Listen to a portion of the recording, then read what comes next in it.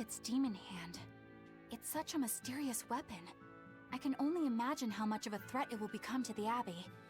This calls for a clear-headed breakdown of everything I know about it so far. It changes shape in a flash, and could devour most anything. How must that feel, to devour something with your hand like that? But it doesn't devour the bandages that cover it up. Maybe they're protected with some sort of special art? Likewise, the rest of her outfit can't be ignored. One would think she wouldn't want to wear such ragged clothing, yet she clearly has no inclination of buying something new. I suppose that could be taken to mean she has some sort of attachment to it. But that top is really big for her. Like it was made for a man. Maybe she wears that outfit in memory of someone important to her. I'd better not touch it then. I know I may not look it, but I really am good at sewing. Maybe I should suggest mending her clothes rather than outright replacing them. On the other hand, that fabric looks like it would be hard to push a needle through. I could be in over my head. But the tougher the fight, the more I get fired up. Of course, Lord Artorias would probably scold me if he heard me talking like that. Who'd scold you for what now? Oh, well, I was thinking about sewing. I mean, your clothes, they're all beat up, and I thought that if I offered to mend them for you, you'd probably scold me. Wouldn't you? You'd mend my clothes? Have they been worrying you that much? I mean, not like constantly or anything. It just crosses my mind from time to time. Are you good at it? Yes. I'm told I come across as awkward sometimes, but if nothing else, I'm good with my hands. I see. All right, if I ever need it done, I'll come to you. Good, just leave it to me. Are you feeling all right? You're really sweating. The heat and the cold doesn't bother me at all, but you're a human, so you need to take care of yourself. And if you keep soaking in your own sweat, you'll catch a cold. Besides, I don't imagine it feels that great. You should keep washing and bathing on your own schedule, like however you did before falling in with us. Just let me know and I'll make it work. Because the guys aren't considerate enough to stop and ask you if you need to. Sure. All right. Thanks. That was a surprisingly normal thing for her to say. I probably shouldn't bother with her clothes for now. We girls have to be considerate of each other. I like that one. That's a good skit. I like that. Velvet just coming across. Velvet just telling her to bathe regularly, just like she would to her brother. Oh man. Also, Eleanor rambling in the beginning. Eleanor rambling in the beginning was like the best part. I love it. So, you guys made it. Whatever happened to that sword breaker? He's been dealt with. What are you doing here? After everything you said to me, I had a change of heart. I quit banditry. Thank you. I'm glad you listened to reason. What do you plan on doing from here on out? I'm heading to the capital. I plan on opening a restaurant for bandit cuisine. Bandit cuisine? Yeah, you get your hands on all sorts of food as a bandit. You gotta use what you have, and still make a tasty meal. Like a wild mushroom omelet minus the eggs. Or highwayman's stew.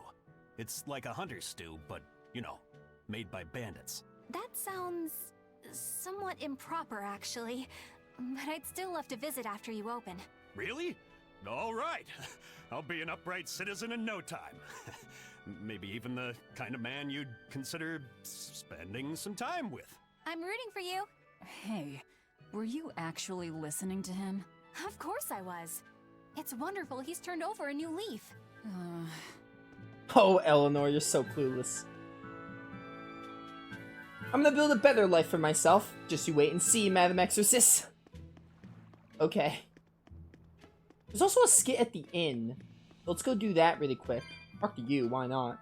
The port may have lost its bustle, but the craftsmanship here is as good as ever. Our swordsmiths are among the best you'll find. There might not be a lot of bright steel left.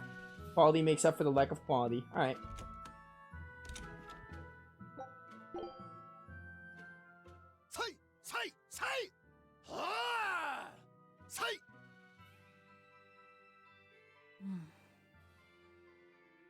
Did you need something? No, not really. As you say. Why aren't you training with 2 swords? This is how I've always trained. 10,000 practice swings a day since I was a kid. I just wanted a single good swipe at Shigure. So I swung, and eventually just naturally got to this point. That's incredible. Not really. I need to be prepared to face Shigure at any moment. But I've been thinking I should up it to 100,000 swings. 100,000? Do you have any idea how much time that'll take? Nah. Even if you did one swing a second, you couldn't do that many in one day. Oh? But 10 swings a second would do the trick. Rokuro. Even still, I know it would take more than 100,000 swings to be a match for Shigure. Not with one sword or with two. And you keep doing it despite knowing it's pointless? That seems a little odd. I'm trying to defeat an undefeatable adversary. The whole damned idea is daft, as you put it. All I can do is recognize the fact and give it my best shot. Well, that's one way of looking at it. If only I could figure out how to stay up all night and still feel rested. Now there's a challenge I can't beat. You need to go to bed. A lack of sleep will get you killed faster than a lack of practice. You're right. I'll do that. I doubt demons could taste coffee, but coffee would work, or espresso. But if Velvet can't taste anything, I'm not sure. Does Rokuro? Rokuro? I think it's just Velvet that can't taste anything. Hey, last expedition of the stream. Let's do it. Take a look at this. Let's see. A win? 2 wins. That's level 7. Nice. Potato and This mayonnaise. recipe looks real tasty. Chunky potato salad. Okay. Let's go to No Island again. Just to do it, and we'll have that done for next time. Get that?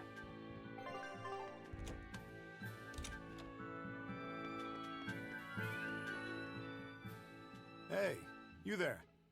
That's one impressive sword you got. You know a lot about swords? I'm a novice swordsmith. Been at it for 20 years. Now, I'm finally able to make a blade worthy of the name. 20 years, and still just a novice? It's a competitive world out there for a swordsmith, especially here on this island. But I heard many swordsmiths have given up. There's less ore around nowadays, and swords don't work against the demons. True, swords are useless against demons. Unless it's an exorcist that's using them. Kadnik's weaponry has always been prized in Midgand. The Abbey recognized our talents, and now, business is booming. All the smiths here are grateful to the Abbey. They're keeping all of us alive and fed. Forging equipment that can withstand Exorcist's powers, no simple task. You have to enhance it again and again with the help of its owner in order to perfect it. You'll be needing to enhance your own equipment too. Alright. I think we're good to just move on. We still have some time. We have like 10 minutes left. We have time to get through some dialogue and cutscenes in, before the next region. Is there anything in the warehouse, actually? To grab that life bottle. What about in here? Anything around? Oh, there's something over there. Let's go grab that really quick. Oops. Varnish. Yeah. Just so I don't keep picking it up like I always do in games like this. Bronze scrap is pretty nice. I didn't have a lot. 1,400 gold. Amazing. We're at 19k gold. Doesn't sound like a lot, but we just did like enhancing and stuff, so you know. Gold's not really an issue. If gold was an issue, I would consider doing the thing, but it's not really too much of an issue. Let's go grab this soul really quick, even though I feel like it's pointless.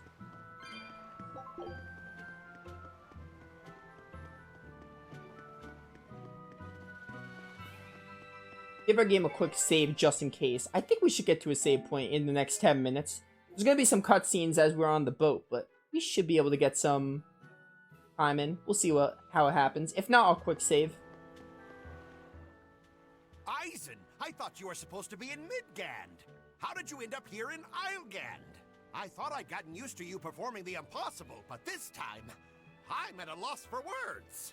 We heard from the Bluntwings that the Abbey might have taken you guys out. Not this time, but our luck won't last forever. Think of this as a dry run for when I really kick the bucket. Aye, aye, First Mate. More importantly, are you sure it's okay to bring an exorcist aboard? I've got my eye on her. If she does anything funny, I'll handle it. Got it. We'll be on our guard, too. But if the captain heard about us taking the exorcist along with us, he'd be thrilled. That's something you don't expect he'd say. Yo, Benwick, what's up, my dude?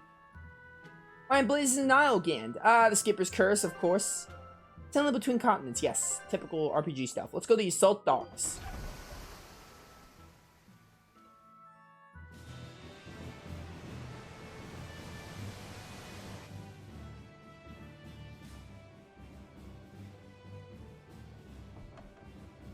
I gotta say, you guys look less like pirates and more like a circus troupe. Are you alright with having demons on board, Benwick? Not remotely an issue. If you're aboard this ship of misfits, you're a pirate. That's just our creed. At least, that's what the captain and the first mate always say. Speaking of the captain, what's Eifried like? Let's see. How do I put it? He's like if the sea were a person, and that person had a pointy beard. Huh. A bearded sea? Look, everybody on this ship is an outcast from society in some way. Despite that, Captain Eifried accepted us for who we are, and took us all on board. So he's a kind man. Well, would you say that the sea is kind? How would it feel to dive in with an open wound? It would sting. A lot. Quite so. Some days he's calm and steady, and others he rages. He can be shallow, deep, even a whirlpool. Sounds like he's a little scary and hard to read. Yeah, sometimes it's hard to serve him, but that air of mystery keeps us around and makes us want to take those jumps. At the end of the day, the dread pirate Van Eifried is one hell of a guy. He sounds like Velvet in a lot of ways. Wait, what? How so? I didn't describe him right at all, did I? Benwick, we're changing course at once for Port Renede. Sir? What's going on? 3 of our men have collapsed from the Corsair Scourge. They first showed symptoms 3 days ago. How are you holding up? I'm still doing all right. But if this really started 3 days ago, that means we're all carrying it, doesn't it? That's what I'm afraid of. But if we head straight to Port Renede, we should be able to get medicine there. I'll check on everyone's condition. Make sure everyone stays hydrated, including yourself, understand? Sir, yes sir. All hands, assume emergency positions. The crew's holding up well for a bunch of folks at death's door. What do you mean? Is this Corsair Scourge fatal? Quite. No one knows what causes it, but it starts with a high fever and ends up with the body falling apart like sand. Like sand? Once, there was a great band of pirates who ruled the seas, but the disease spread through their ships and killed every one of them. That's why it's called the Corsair Scourge. Does that mean we've been infected as well? You humans, for sure. Only humans fall prey to the Corsair Scourge. Then it could have gotten to you too. Right, Moggy Lou? Oh, right! Alas, that my glorious saga should meet such an ignominious end! I can't allow our vessel to die from this. If you start to feel ill, speak up. I will. All right, we'll all be helping out in the search. Everyone but Eleanor, that is. Huh? Oh, why does she get to stay? I might be dying too, you know. You're a witch. Magic yourself healthy. Now quit whining and get going. Oh, not even a witch is safe from the ravages of the Reaper's curse! The Reaper's curse? Off to Renede.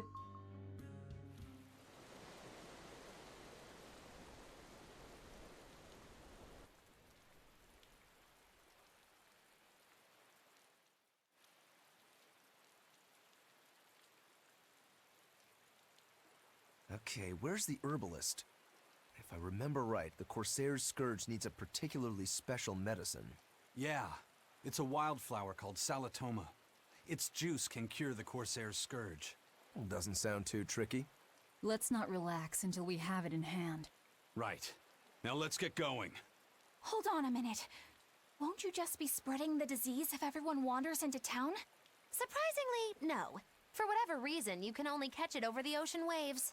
It's speculated it might have something to do with the salt in the air, or maybe the microbes in the seawater.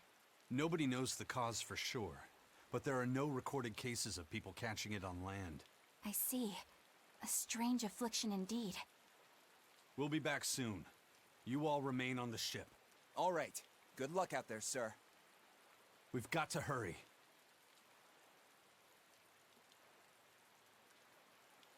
Solitoma. Is this really going to be necessary? What do you mean, Eleanor? Oh, nothing. It's just, well, the herb is known to work well for fevers and the like, but it tastes bad. So bad. Some say it would even bring a demon to the brink of tears. Maybe so. But better to drink it than to die, right? Oh, I'm not worried. It just reminded me of stories from my childhood is all. Oh, poor Eleanor. There's a skit. The map's getting filled in little by little. There's still a long way to go.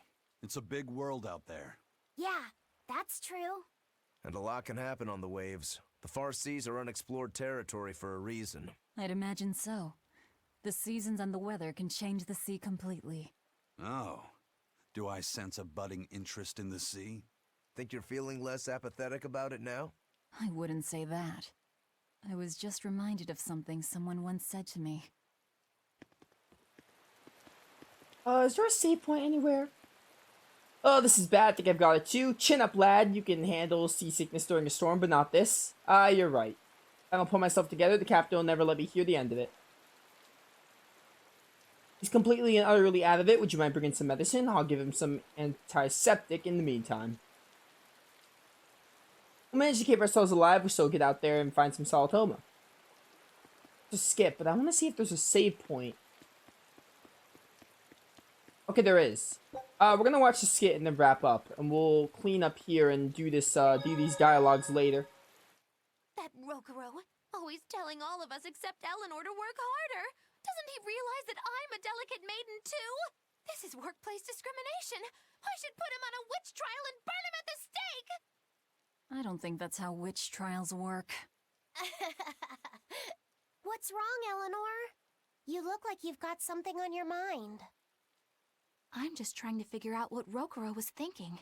When I had Lord Shigure at the end of my spear, Rokuro threw his dagger right at my head. I thought I was dead for sure. I feel like I saw who he truly was, and it frightens me. But he and Lord Shigure are always trying to kill each other. I can't understand why he did what he did. It might have something to do with his Bushido code. What's Bushido? Is that like a sword fighter's code? It's a way of thinking.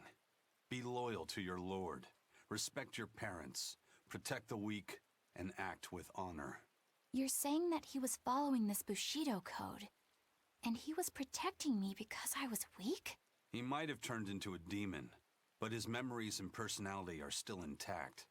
I doubt his moral values have disappeared either. Do you really think he believes in that Bushido stuff? Carving through his enemies with a cruel and unsparing sword! Slash! Pow! Shazam! That's the true nature of a Rangetsu man. I heard that when Velvet first met him, he immediately attacked her without any provocation. I'm sure you haven't already forgotten how he turned his swords on the kid in that fight against Kurogane. I wouldn't read too much into what Magilu's saying. Rokuro lives for his sword, and that's just who he is. But I don't think he's all that bad. I thought you were the one who called him frightening. I know I said he can be a scary person, but how do I put it? I do feel there's more to him than just wanting to cut people up. It's like he's more sensitive to other people's emotions than he might seem to be at first glance. A sword fighter has to sense his opponents on some level, right? For a crazed demon, he's actually a nice guy. Is that it? Maybe. I don't know. It's not like I know him well enough to claim any deep personal insight or anything. You brought it up. Ha! Well, Eleanor, one thing's for certain, you're definitely being a little hard on my boy Rokuro. You're definitely onto something. But yeah, dude, I love these skits, because, like, there's little bits of it where it's like, oh, the character's like, oh, maybe I'm starting to understand this person better, but then there's other times where it's like, oh, Nihiling Crash, your second Mystic already, that's not bad.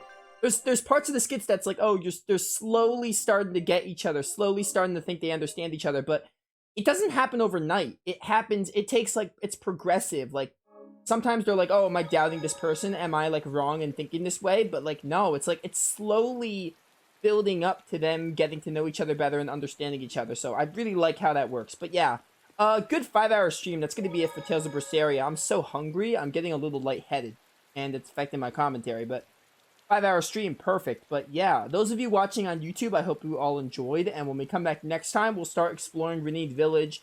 We'll get these 2 NPC dialogue things, and we'll definitely do the next dungeon. We'll get the Salatoma stuff, and we'll probably make our way to Assault. We'll see what happens on that, but we'll do more Berseria. I love this game. I love playing it for the channel. It's a great game, one of my favorite games of all time. So we'll do that. Yeah, that'll be that. Thank you all for watching, and I will see you all next time.